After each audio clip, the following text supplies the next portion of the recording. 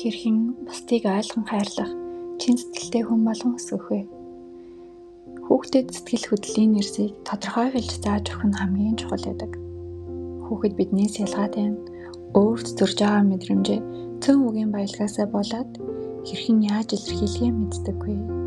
Тиймээс бид мэдрэмжүүдийг нэрлэж, мөн тэдгээрийн нуурны хувирал, хөдөлгөөн, дуу хавийг зааж өгснөөр бусдад өөрийгөө илэрхийлэх, мөн өөрт төрж байгаа мэдрэмжээ ойлгох, бусад хүмүүсийг ойлгон хүлээн зөвшөөрөх сэтгэлтэй хүн болохын суурилдаг.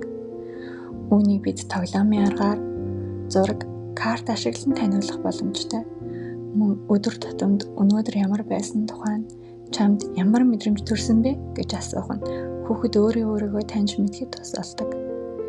Найз чинь уйлж хахад чи ямар үйлдэл хийсэн дээр гэж бодож байна гэх мэт бусдын мэдрэмжийг хуваалцах талаар ярилцсанаар хүүхэд бусдыг ойлгон хайрлах, хүндэтгэх, чин сэтгэлтэй хүн болохын суурилдаг байна.